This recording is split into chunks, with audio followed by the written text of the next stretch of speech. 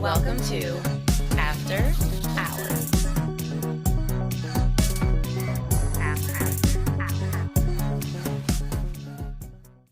Oh God. Someone on the podcast is in tremendous pain. I don't know who though. I was literally doing my makeup and I was like, I don't care. Like, I love you guys, but I don't care. Like, if I it was a struggle. I was like throwing things up my face. I was like, it's fine. Oh, I'm currently, my only ailment is I have really bad allergies, and my throat is so sore. I should have gotten like a little throat coat tea or something and brought it down here, but That's because you're always yeah, talking. the allergies are killing me. I'm always like you have to, yapping. yeah. And you have I a have a lot of boyfriend podcast that you stuff. talk to. You know what I mean? Like, I don't have to talk to anybody. So I also don't, you live with your family. You know what I mean? Like, you have people you have to open your mouth and Communicate speak with. to. And I don't have to do that. It's really nice that there are days where like you literally don't have to talk to anyone. Do you have like do you think you could spend an entire day not physically talking to anyone, and then like the next day you wake up and your like voice is like hoarse because you haven't used it? I wonder. Maybe I should try it. Just see. Go on like a fake vocal rest just to see if you can do it. Guys, I just have to let you know that I'm not going to be talking. I have a Did really you see big event coming up. That's so like theater kid coded. Like so theater kid coded. Welcome back to After Hours. Yes, welcome. If you have not signed up for our Patreon yet, we do have a drunk episode that finally went up. It is via a YouTube link because I don't know if you know this, Patreon, if you mark your account as 18 plus, they don't let you upload video. So I had to like reach out to their customer service and be like, there's no sexual content or like nudity that's inappropriate, so maybe it doesn't have to be 18 plus. So I'm waiting for them to like take away the 18 plus from our Patreon. Interesting. Because I figure to have a credit card you need to be like 18 anyway, so I'm like I'm not really that worried about like a 13-year-old finding our Patreon, you know. But anyway, so the drunk episode is up. It's a bonus episode. And Jasmine and I were at Jasmine's house. She made espresso martinis, and it was so much fun.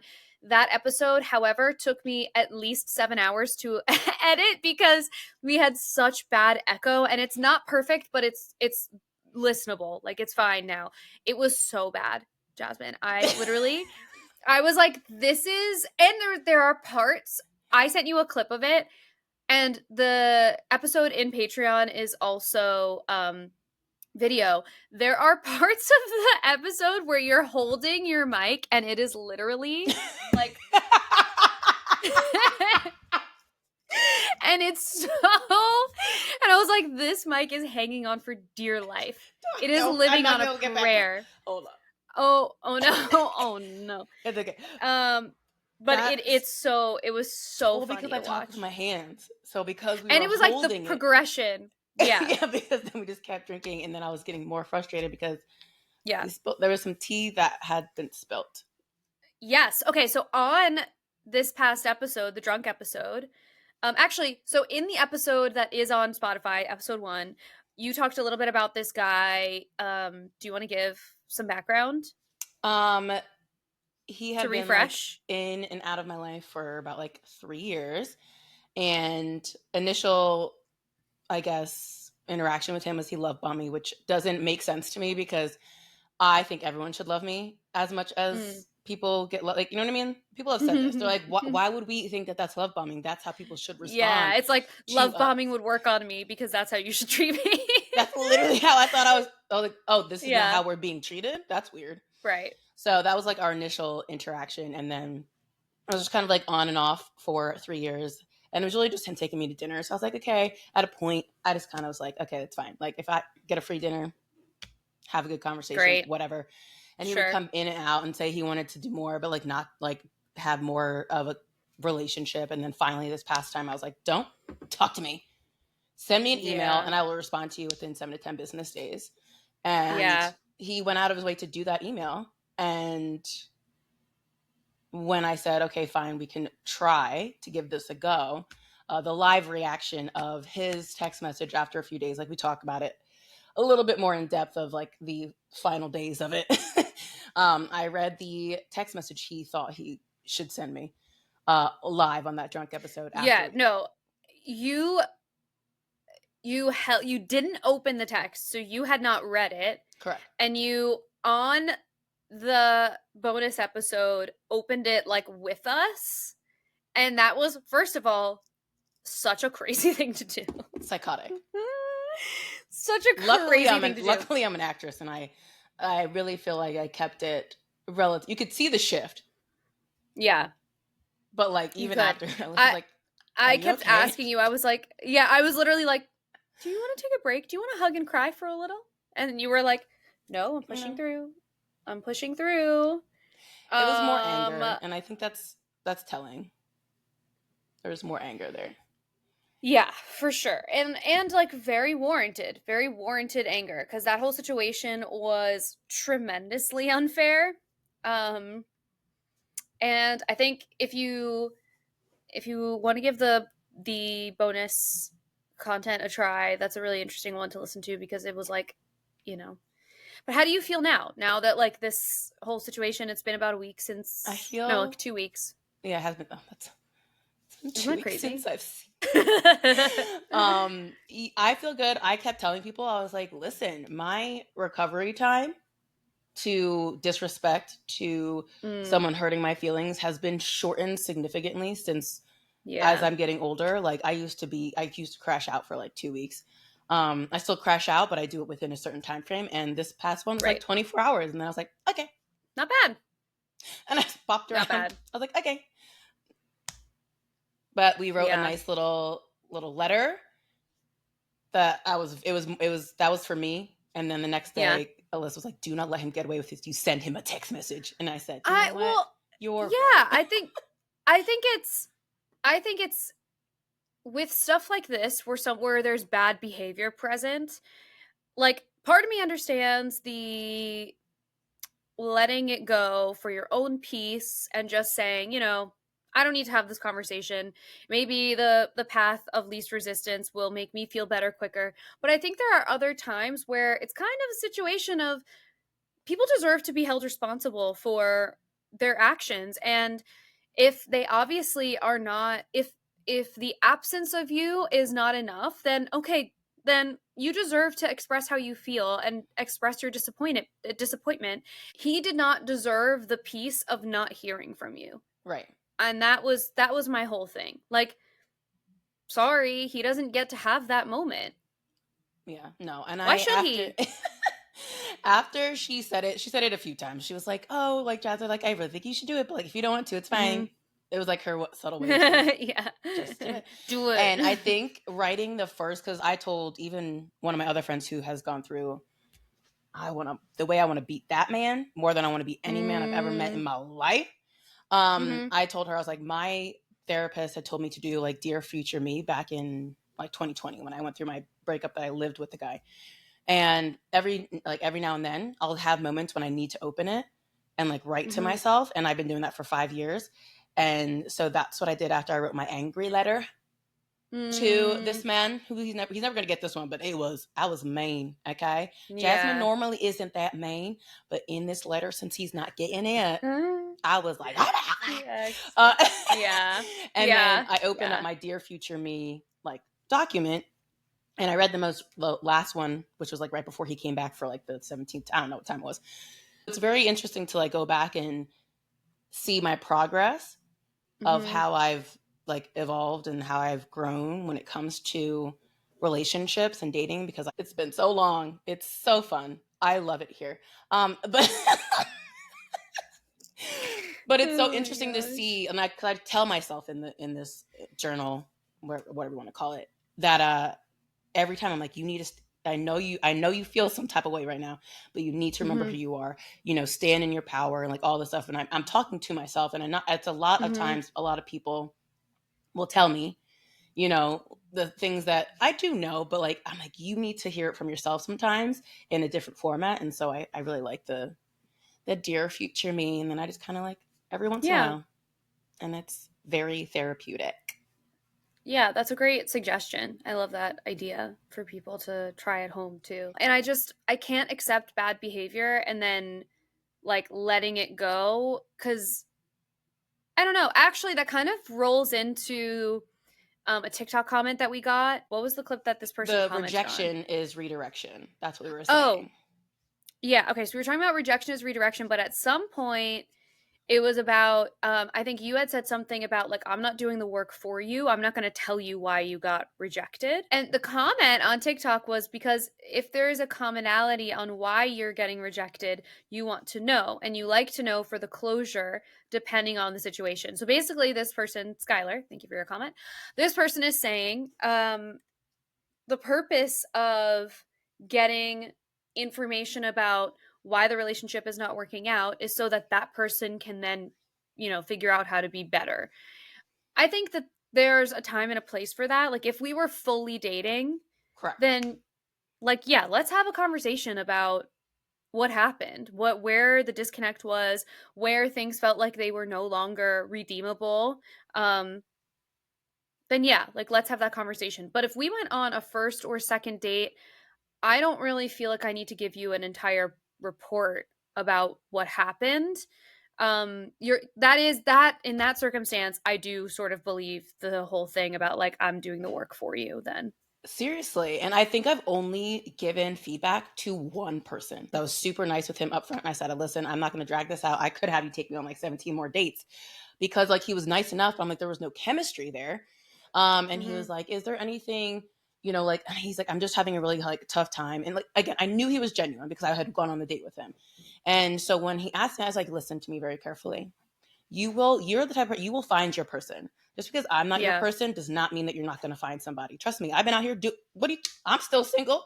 You know what I mean? I'm like, it's okay. I'm like, we're going to figure it out. You have nothing that's red flaggy to me that I would, run away and not even like respond to this question. And I asked him, I told him, I was like, oh, I went to these singles parties, and I had him come to the singles party, like so in certain situations, if I feel there's a genuine, like, you really truly want to learn and you're not just gonna flip out on me and, flip the whole situation around and be like, well, that's not true.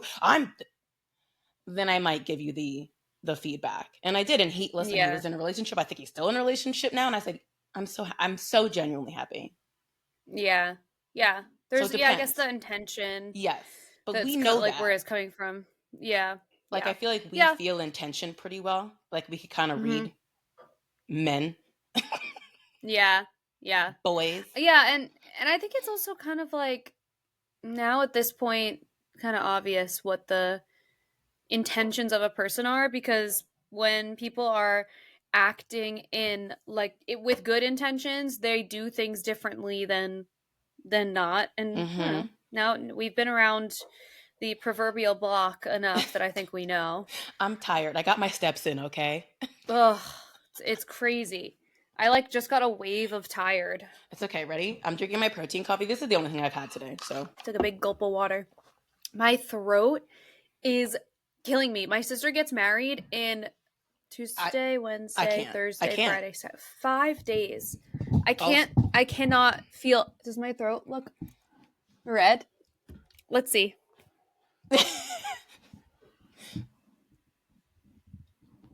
Kind of. But I think it's just allergies. You got some tonsils back there, girl. I actually don't have tonsils anymore.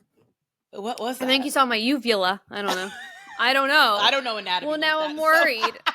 I'm worried. Wait, you I don't have an tonsils. engorged uvula. What is that little dangly thing? Not your tonsils. Yeah, that's a uvula. Oh, look at me learning something today. The second that wedding starts, I'm going to feel so much better, because it's like all of the stuff leading up to it. You want to know what we don't talk about enough? The scheduling of all of the things that girls need to do to get ready for events. Psychotic.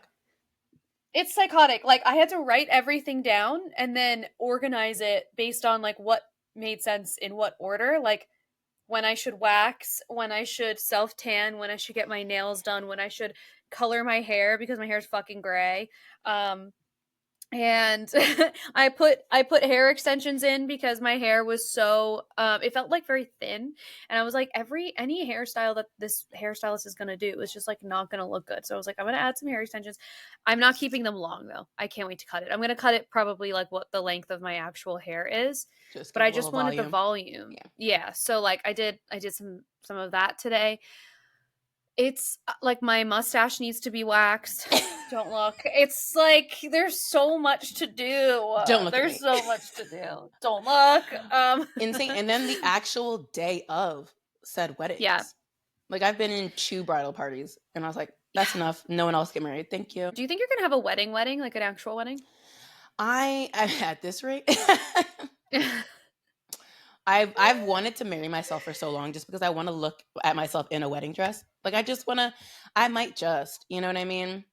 I might just go get a wedding dress. I do think about that. Like if you make an appointment to go try on wedding dresses, they can't really stop you. Right? I'm like, should we do that sometime? Buy it? I think we should. I think it would be nice. Should we do that? I think that would be fun. It'd be nice for my mother because that poor woman, between me and my sister, I don't know.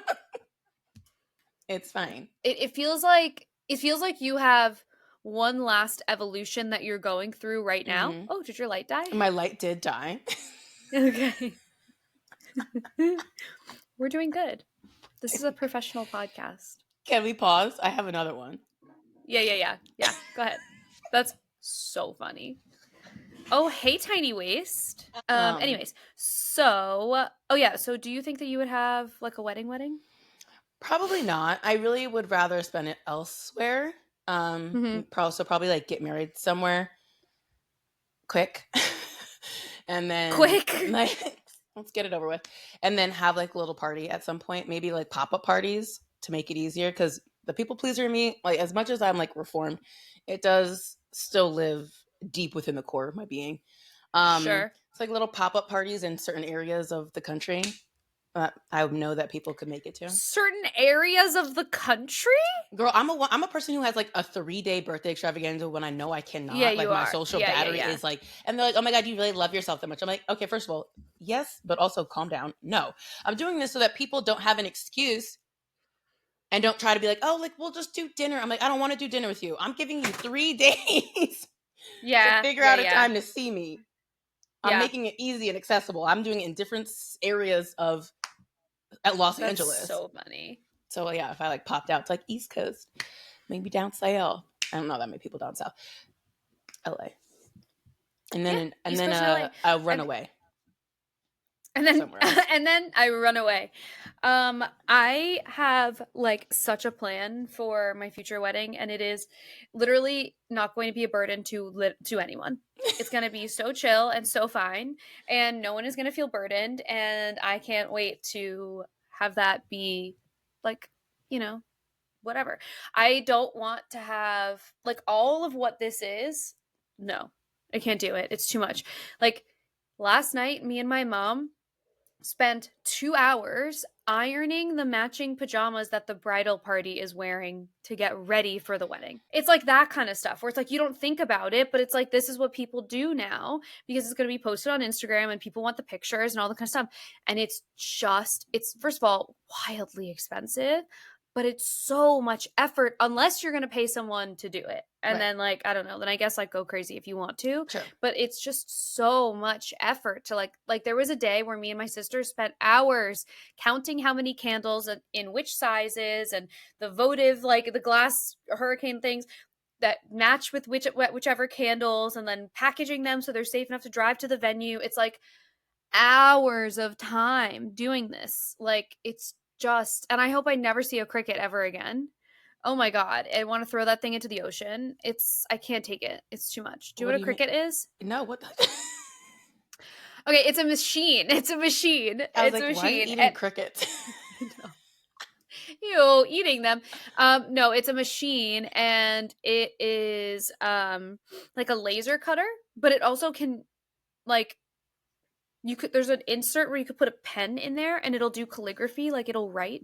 It's really, really cool.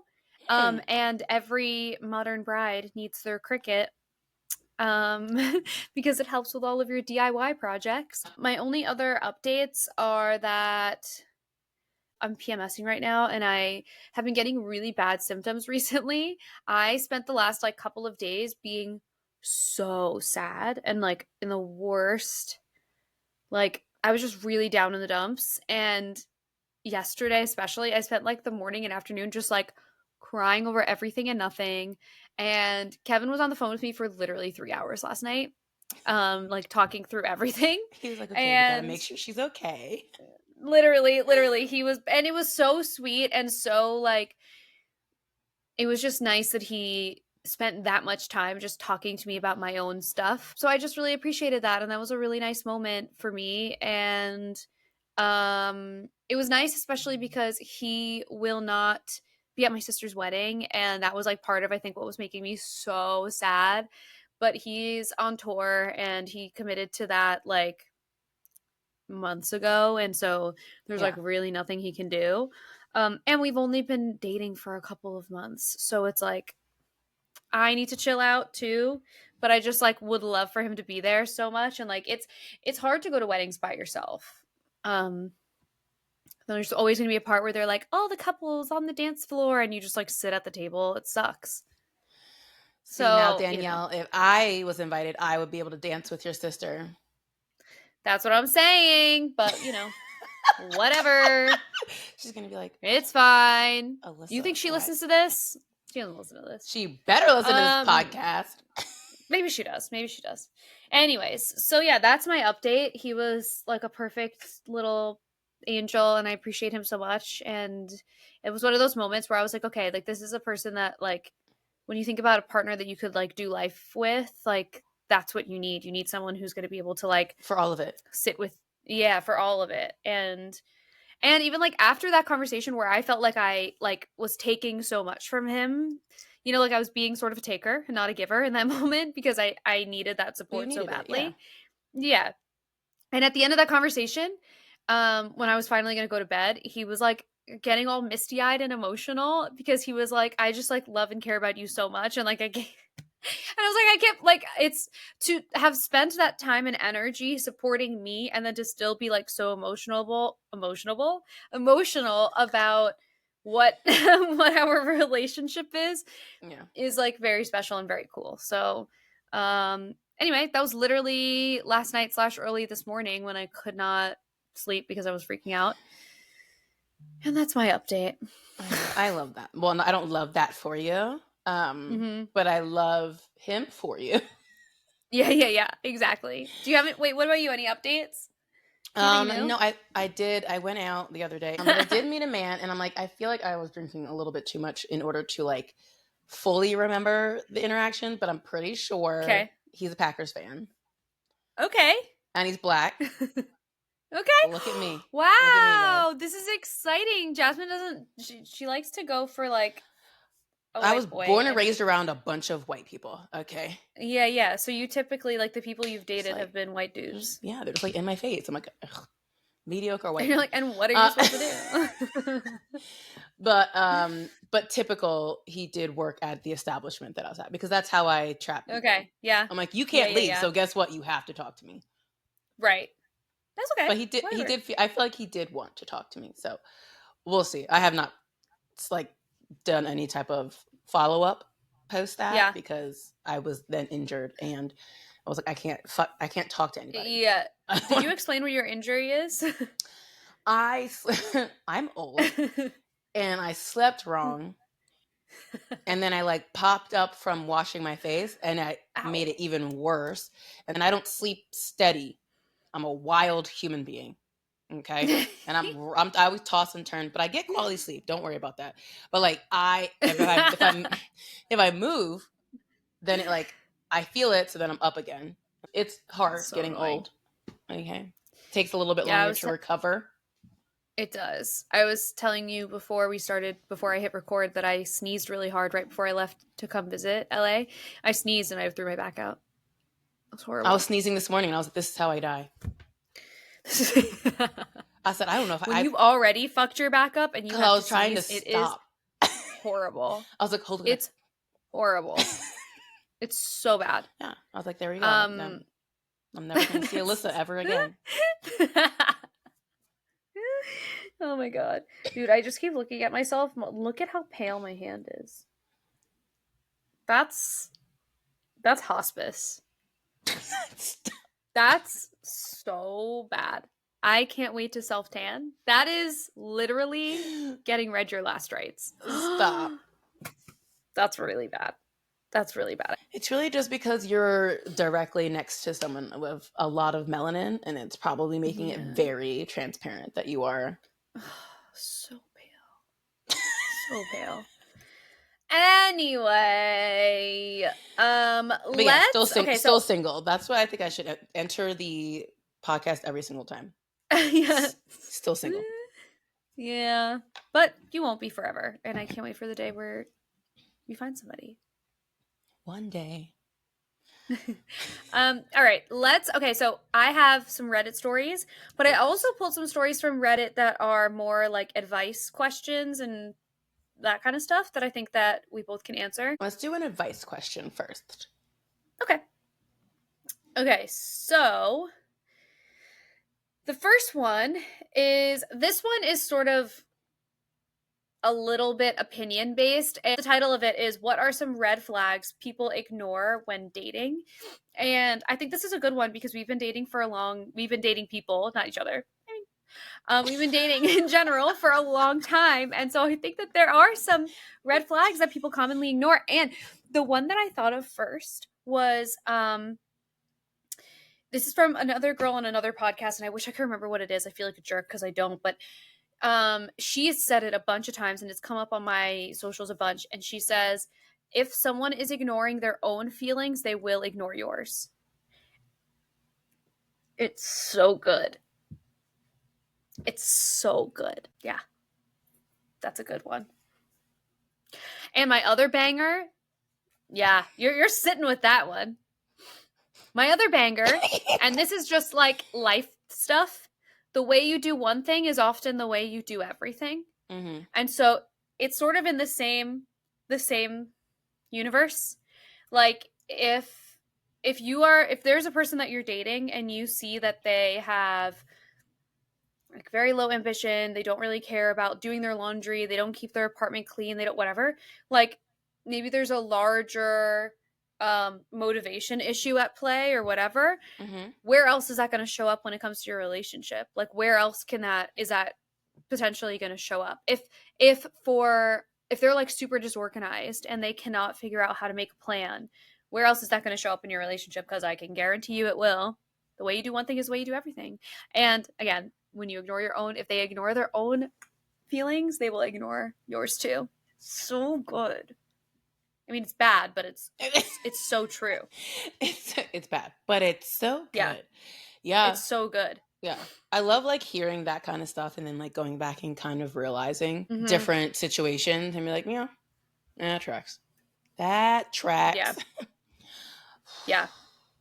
I feel like I'm so bad at, like I could see the red flags, but I can never like I don't know if I've been able to pinpoint them as easy as most people do until afterwards. And I'm like, yeah, no. When you reflect on it. Yeah. I think my biggest one is like the cults, I apparently just attract men who like might be in cults. So I do.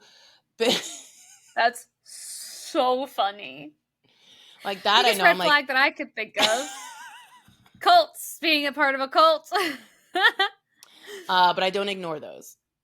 I'm pretty good at being like, I think you might need some help. Okay, here's another good one. Yeah. If you're on a date with somebody and they don't ask you questions about yourself. So they don't really care that much about you. They don't. Another one is if you have to force someone to make a plan or follow up with them incessantly to make a plan. You've seen that movie before.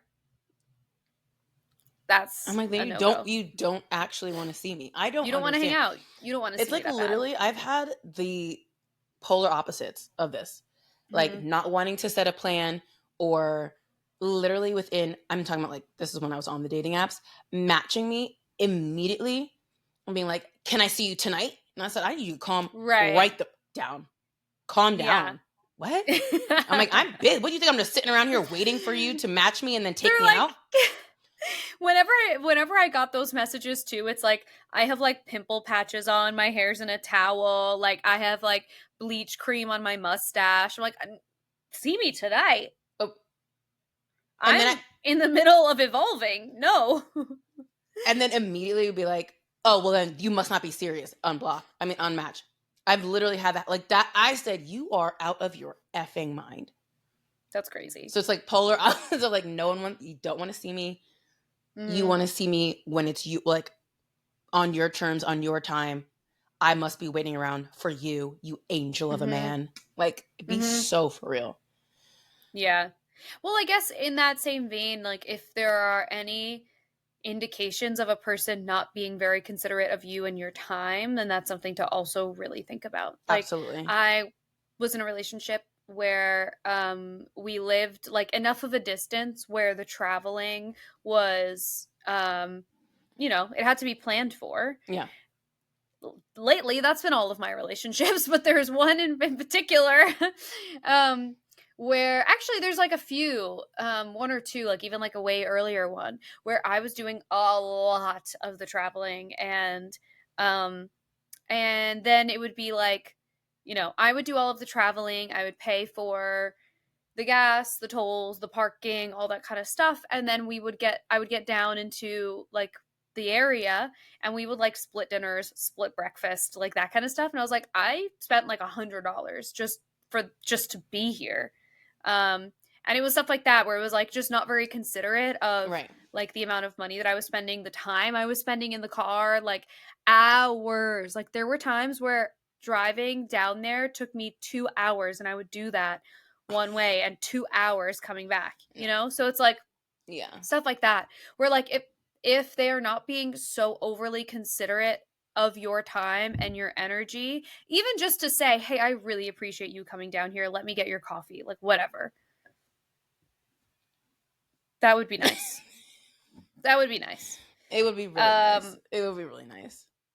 Yeah. Okay, another good one is if they talk badly about their exes. That's a red flag for me. I can see because that. if you liked them enough to date them, especially for a significant period of time, then I don't want to hear a whole story about how they're a bitch, how they're the worst person ever. Like, there had to be some redeeming qualities. If you're just without me prompting you, telling me that your ex is a bitch and whatever, then I'm like, there's something else going on there, I fear. Unprompted is wild. Yeah. Because I feel like a lot of people are like, always say they don't want to talk about their ex. And I'm like, okay, that's fine. But like, if you unprompted, I also think that's weird to not talk about your ex at all. I mean, like in the beginning. I mean, you have to remember that I haven't gotten very far. You have had long-term boyfriends. I have. It's just been a little bit. Just been a little bit. You'll circle back. It's been a little bit. Do you have any other red flags? That I ignore? Yeah, that people in general ignore. It doesn't have to be what you ignore. I feel like people ignore a lot of, I don't know if it would be specific, but things that they want to change, or like they think they can change somebody. Yeah. Like, so they ignore just like general red flags because they think they can change it. So I think that's like a more of a broad aspect of it, but they'll just be like, oh, well, I can make him better. I can do this. I can just ignore all of these things because I think I can make him better, because we have been, I feel like, as a society, like, oh, we can make him better. Like, take him from this and make him that, you know what I mean? Type of mentality. And I feel like we're coming out of that much more. So that's why people are like, oh my God, like it's so hard for us men, and like we're lonely, and you have to give us a chance, and like you can help us make us better. There's a content creator who I really love because he's a guy, and because I always say that it is frustrating to have the burden of correcting what's happening with men still be on women. Okay, his Instagram is Streetlight Eyes Don't Die, which is like very much giving boy band, like a metal band. But he makes this content for men, and it's really amazing and wonderful because it's like, his name's Andrew Bailey, and it's nice because it's sort of like what we've been asking for, which is I need a guy to tell other guys, first of all, in a language that they understand, and also so it's not burdening women any longer, how to get themselves out of this loneliness epidemic crap. Right. Good job, Because Andrew. it's like this, yeah, literally, it feels like the second that men were not the center of everything, because this is relatively new that we've decentered men in our lives. Like, this is in my lifetime, in our lifetime, this has been new. Yeah. So, like, you literally can't handle it for even 10 years, a decade of your life. You cannot handle men not being the center of every conversation is insane. And I also, I want to be sensitive to whatever men have going on, because their lives and their, dignity and everything are important too. But like, holy shit.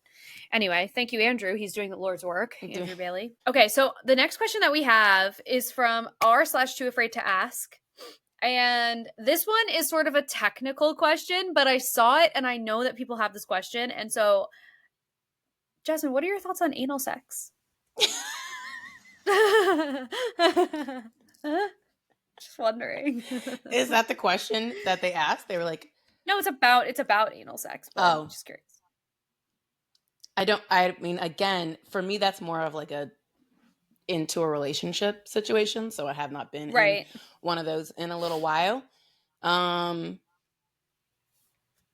not like opposed. Okay. But again, like I have to be hella comfortable with you. Right. Because it's very weird to me. Because, well, I just listen. I know they say girls don't poop, but like I do. Like I do. Well, okay. So the question is, if you have too much anal sex, can pooping be extremely easy, like it's a waterfall? Which is so funny. The phrasing of it is like a waterfall is so funny to me. And and I'll give you the answer, which is no. Okay. The anus, the cavity is it's a muscular tube. Okay. So, and the around the hole is also all muscular, and so it will contract. It can expand and contract. So no, it will go back to normal unless you've like really done something shocking. But no. Okay. It's not going to be like a waterfall. So yeah. I feel like if it were to do that, I feel like we would have heard about it. Yeah, and like there's a period of time directly after where like in order to have anal sex, you have to really loosen up those muscles, and like relax those muscles. Otherwise, it's really painful. But if you're able to do that, then yeah, like you're flexing the muscle a little bit, but it's not going to be like a waterfall. It might be like a little bit easier, but it's not going to be like like if you open your mouth, it's just like one straight tube down and out. It's not that. Never that. Never that. Never that. Anyway, I thought that was a great question. That is a very good question. Yeah. Okay, so I have one more that's like kind of advice related, and this one is from r/dating, and this one is, why is he texting me? The title is, why is he texting me? And this is like a little bit of a story, but I think it'll be interesting, especially because this person is a female and male, both 30, but we have a little bit of age on them, so maybe we'll have good advice. Okay. Last Saturday, I, female 30, hooked up with a male 30 from Tinder. Sex was great, not so much the dating part, I guess. Let's just say we didn't hit it off. I tried to make conversation and ask questions, but he didn't reciprocate that much. Since I couldn't read him, I let him make the moves, which eventually led to my bedroom. As I mentioned, the sex was great. However, there was no aftercare, and he left at 6 a.m. as he said he needed to sleep in his own bed for a couple of hours at least. I get that. He slept over because we had drank and rightfully didn't feel right driving. At 6 a.m., we said goodbye as if nothing had happened, no kiss, no let's talk soon, etc. Until then, I was okay with everything. It was just great sex, he wouldn't text, and if he did, it would be to hook up again, as clear as it can be. Well, He actually texted me yesterday afternoon, calling me with a funny name I had told him, and here I thought, wow, he's actually paying attention to what I was saying. He was asking me how I was and thanking me for letting him stay over. As on Tinder and during the date, he didn't reciprocate much, and I decided to match his energy, closing the conversation with a reaction to his last message. He texted me again today, asking me how my day was. Once again, his texts are dry, and he's taking quite a lot to get back. Hence the confusion. What is going on? Why does he bother texting me? It was just sex, no need to talk until we want to hook up again, correct? However, he hasn't asked to do so. I don't know, and I hate being in the unknown. It doesn't feel clear as it can be anymore. Let me know your thoughts so I can understand and find my peace again.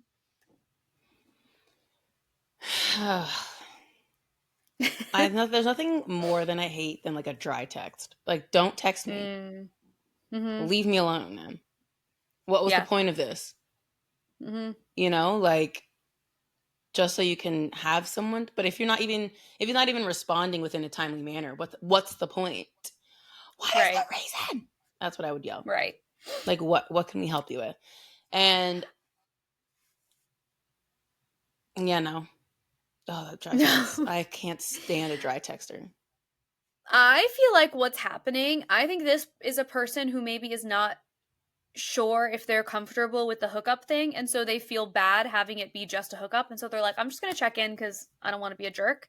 Or they just like don't understand. They probably also don't understand what this is. Mm-hmm. And so I think this is a really good opportunity to have a very clearing conversation, to just say, hey, I love that you're texting to check in. I think that's super nice. Just so you know, I'm happy with this being like an occasional hookup thing, and you don't need to check in with me all the time. I'm perfectly fine with that. If you want to just say hi occasionally, that's totally fine.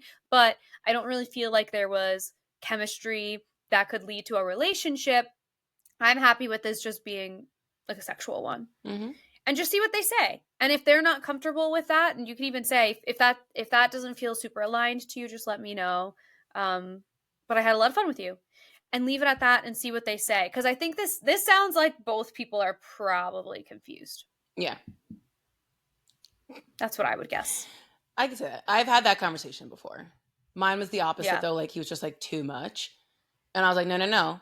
We already discussed this. We said it was like casual. Yeah. I'm not your friend. Mm-hmm. Boundaries, okay? And boundaries. So I had to set it, and then it still was like, I was just annoyed. So I don't even know if I meant for like the casual life. You know what I mean? Like, I was like, I'm just actually annoyed. I don't want you to talk to me. Like, I'll let you know.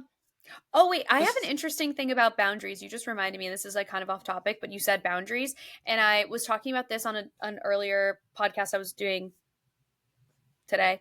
And I've been thinking a lot about boundaries because I think sometimes boundaries are an excuse for people to avoid uncomfortable moments of growth or like uncomfortable conversations.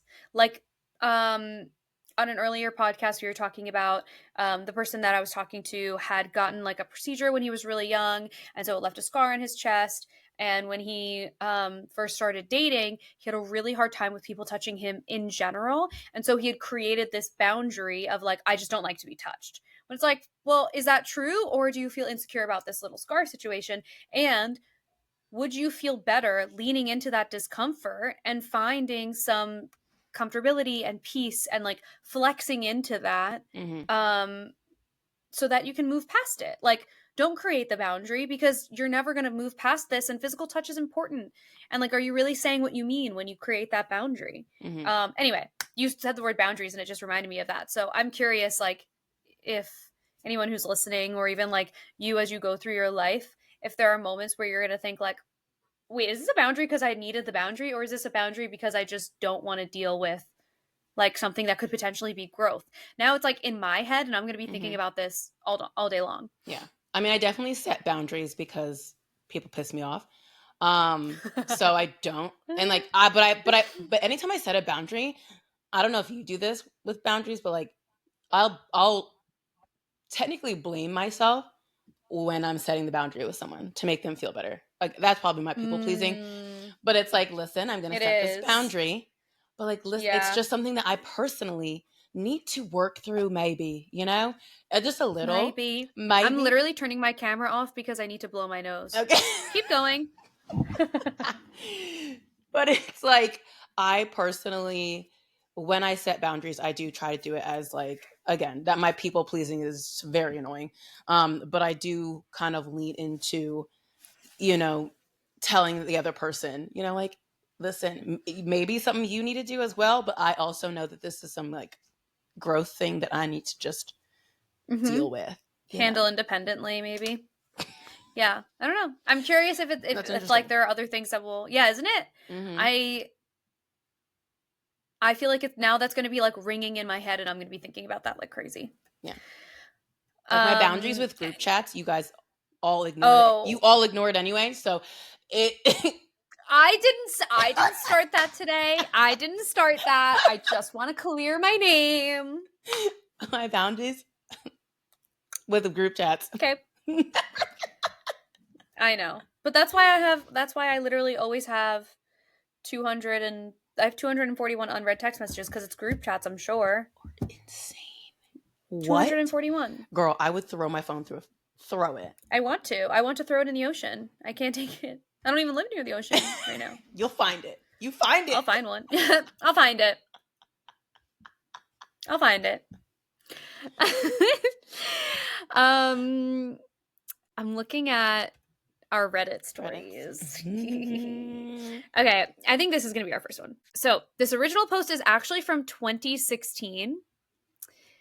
And the title of it is "My 24 female girlfriend basically catfished me, 28 male, to see if I'd cheat. I'm furious and don't know if this is grounds for breaking up or not. Me and Samantha have been together for 4.5 years. We live together and have a generally great life and are very happy together. I did, however, just find out that she's been essentially catfishing me for at least 2 of these years. She has made an account on Instagram, which she proceeded to use to follow me and try to DM me as this catfish, and the same with Facebook. 2 different women's photos, but both are Samantha.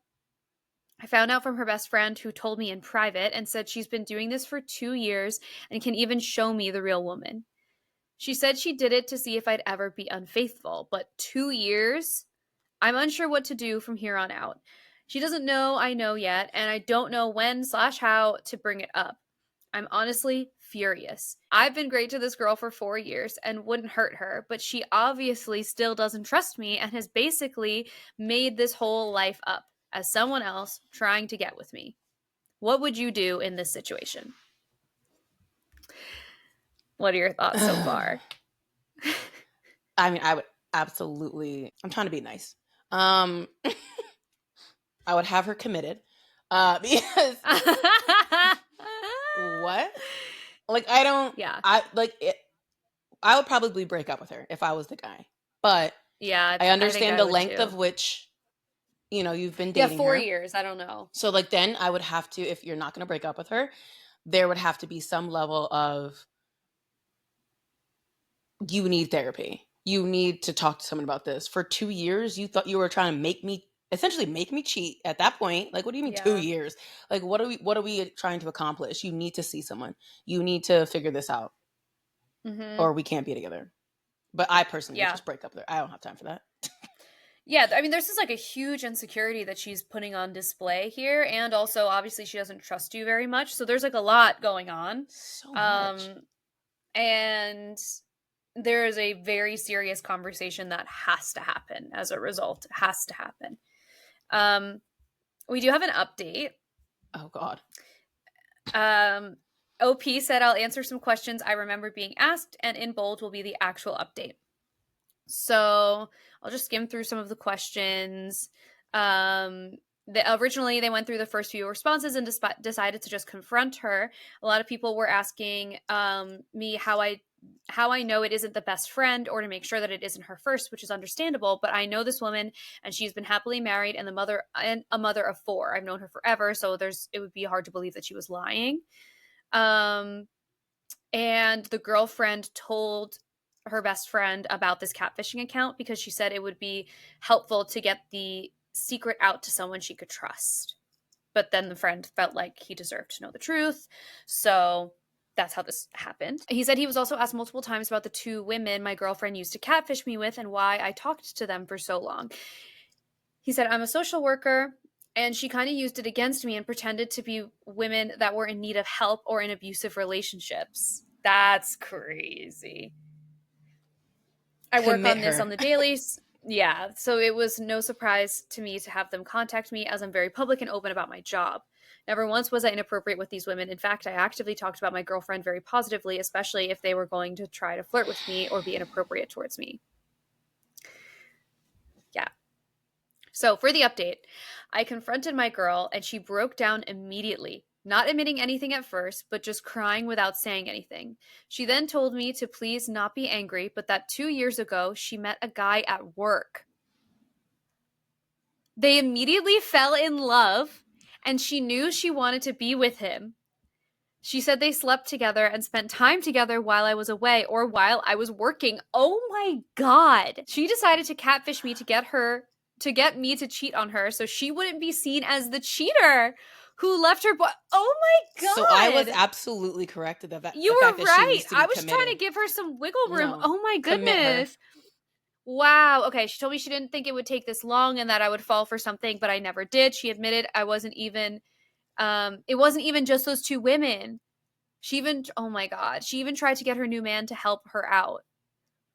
Both of them need to be committed. They should be in jail. Yeah. What? And then the best friend, he said her best friend told her that I got an engagement ring and was planning to propose, which apparently freaked my girl out because she absolutely didn't want to marry me and be stuck. So I'm 99% sure she told her friend about the catfishing, hoping she'd come back to me, that she had newfound news and I would end it. If that's the case, she got her wish. She's in the process of moving out her things, and although I'm staying calm, I'm extremely hurt by her actions and hurt that she betrayed me. So for now, I will stay single and focus on my work, and in the future, I'll have an amazing girl to give this engagement ring to. Okay, well, I also feel like you should return the engagement ring. I was going to say, I was like, please. I was like, at that point, I was like, okay, so we're going to need you to return that. But or just keep the diamonds and just have it reset. Yeah, reset. Do that. If you can't return the ring, yeah, just reset the ring. You don't want to that's a little, yeah. These are the women that will have men out here acting a fool. He does seem like he's a little bit more centered. I think maybe the social work probably helps him keep a little bit more grounded. But anyone else, I feel like a man would go spiral and then just hurt people would hurt. Like he's like, thank God he seems kind of normal. Yeah. That's wild. And also, this girl so badly cannot take responsibility for her own actions. She couldn't take responsibility for meeting somebody at work. 2 years in, now you're together 4 years. Like, could you imagine how different this whole thing could have been if 2 years ago you said, hey, you don't even have to tell him. Rip the Band-Aid off. Have the hard conversation. Didn't even have to tell him that he cheated. To break up. Just say, I don't want to be with you anymore. Really? You can't do that? Right. Children. Right. Child. That's insane. Wild. What and waste his time. And wasting his time, and also he dodged a bullet because this is a person who is chronically unable to take responsibility for their actions and their feelings. You don't want to be with this person anymore, regardless of the reason. End it. Take responsibility for feeling that way and end it. You can't even look that in the eyes. And the fact that the guy stayed and helped this new person. And I was like, what kind of relationship? They're a good fit for each other. Right. That's a very interesting.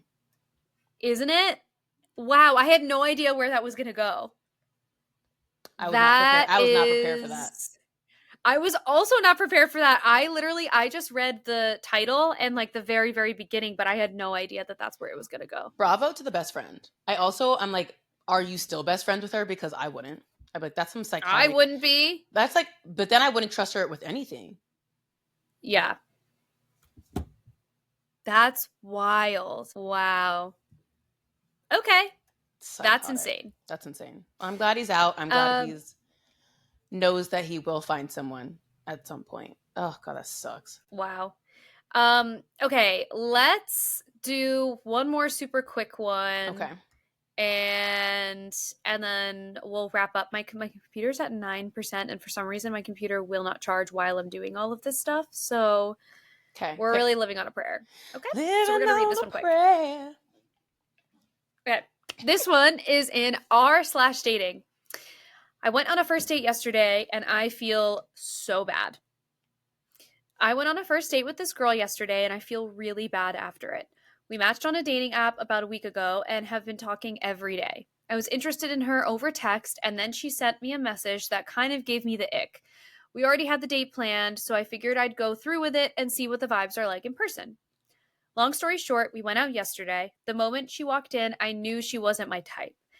I wouldn't want to go and crap on this girl, but there was just so many things that happened on the date that I was just ready to leave.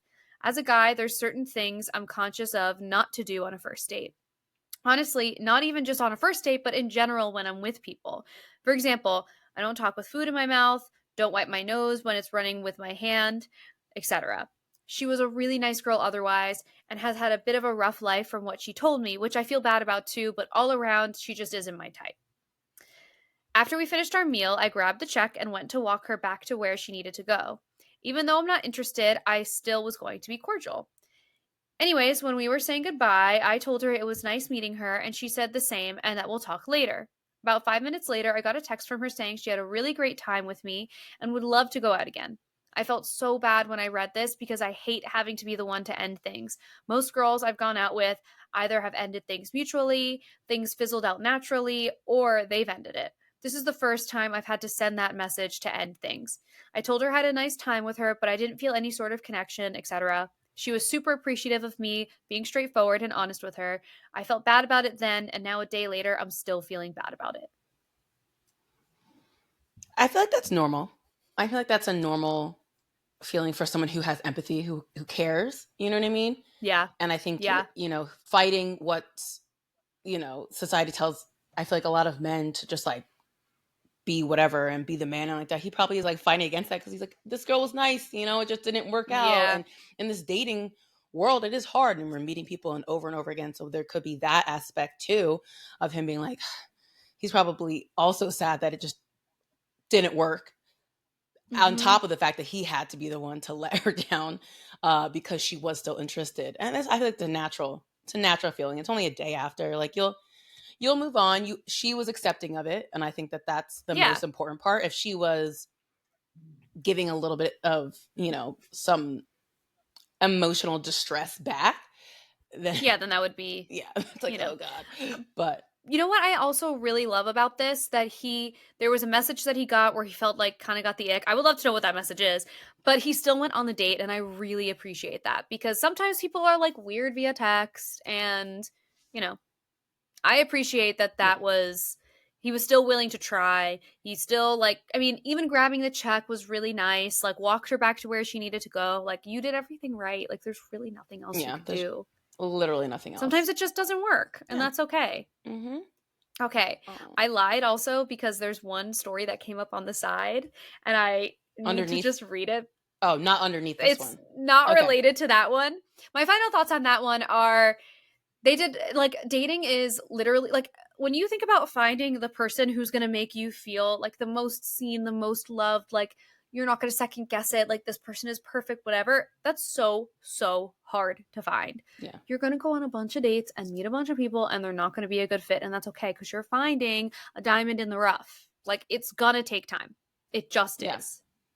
Listen, I get. I think he did everything he could have, and he can still feel those feelings. You know what I mean? We're not asking you to not. We're not asking you to not feel that like bad. Yeah. Like don't beat yourself up. You can just be sad that it just didn't work out for both parties, and move it into the next. You're displaying empathy, and that's beautiful. Stunning. Speaking of empathy, this last one I'm going to read because the title of it is so funny. Is also coming from r/dating. I love blocking men who don't come correctly. I love that. I knew you would. I do that for anyone. Like I love a block. It's so funny. It's the only way for them to feel any sort of consequences and send a message of what you don't tolerate. Stop explaining yourself. They know what they chose to do. Disrespect, being inappropriate, negging, breaking boundaries, not keeping their word, not communicating, not being considerate, all get blocked. It's so liberating not to stress about my time and energy being sucked out of me. I spend a lot of time explaining why my feelings were hurt to men who couldn't care less if I lived or died, but wanted access to my attention, energy, and body. They don't care. The only language they understand is lack of access to you. Did you write this? I did. It's me. It's me. Anyway, yeah, they that's true. I actually had a very hard time with blocking people because again, that oh God, we should make the people pleasing episode. Good, geez, Jasmine, out yourself. Why don't you? But no, I've gotten like if you, and I feel like I should block them earlier, but again, the charity work I do is ridiculous. Okay, it's ridiculous out here. But when I get to a certain point and you've set that fire to, and you lose all access to me. And there's nothing more that, and it's proven because I could see the ways that they try to come back using different methods. But I'm like, I know how to block you on everything. Yeah. Try. You challenging. I give so many chances. And I think going forward after this most recent one, I think I'm going to be a little bit better about just like the first sign of disrespect. Early. Yeah. Cause it's like, for what reason? Like, I'm actually so nice. You're also welcome. Like, your future husband is not going to disrespect you like that. They're just not. They're just not. And so if they do it once, they'll do it again. Correct. And it's not your job to train up these people, these grown people. Insane. I like this woman. I like that woman. Yeah. We could be friends. I loved her. Thank you all for giving us such support on our first episode. And we're really excited to continue this journey with you guys. And yeah, I just love it. I love that we're finally doing this and it's getting the rave reviews. I know. And we actually have patrons. That's amazing. We have people who are on Patreon who are listening to the episodes, the bonus episodes. And so if you are not on Patreon, you could go to patreon.com/afterhourspodcast. Hours is spelled without an H. Just so you know. I didn't know. The podcast that we named. And go on TikTok, and you can find us there at After Hours Podcast. You can go on Instagram, After Hours _podcast. Find us on all the things and follow us everywhere. You'll see lots of our clips and get reminded of when we have new episodes that come out. This episode is coming out. We're doing episodes that are on our main channels every other week for now. I would love to have them be weekly. And honestly, I think that we probably could start doing after the wedding. I think we can. I was like, let her get through this wedding, please. Let me get through the wedding, and then we could do weekly episodes, and it's going to be awesome. But this has been a really like a highlight project of mine. I've been wanting to do this podcast with you for so long, and I'm so happy I just really love that I get to see her. I know. We have a weekly appointment. Yeah. I love it. And go on the Patreon for exclusive content, including drunk episodes, and other bonus episodes. When we reach 500, do we say? I think 500. When we reach 500 patrons, we will release the episodes that were test episodes that, if I'm being honest, I'm really glad that we did not put out because I name drop everyone. I name drop all of the exes. I talk about all of the stuff. I was not very nice. I sent it to my brother to be edited, and he literally was like, hey, I want to just talk to you about this before you post it. So those are going to be behind a paywall. We're throwing it behind a paywall, okay? We're throwing it behind a paywall. So get everyone to sign up for the Patreon. Everyone you know. My sister invited 200 people to her wedding. You know 200 people. If you're listening, you know 200 people. Yes. Ask them all to sign up to the Patreon, and we'll start putting those episodes out. I love that. And some more bonus content, potentially, if you get us over there, if you get us over that hill. She has some great ideas of some bonus content. I do. So. I have such great ideas. I think the Patreon might also be a place where where I share some tutorials of, not literal tutorials. I said she's just kidding. Not tutorials. No. Guides, perhaps educational guides on things that people have been asking me about, she'll talk you through it. That kind of stuff. Yeah, I will. I can't breathe. We need to end this podcast. We must end it. Anyway. We're not even drunk, guys. Okay. No, we're stone cold sober. Honestly, more than anything, I'm exhausted. Yeah, it's fine. We'll see you in the next one. Bye. Bye.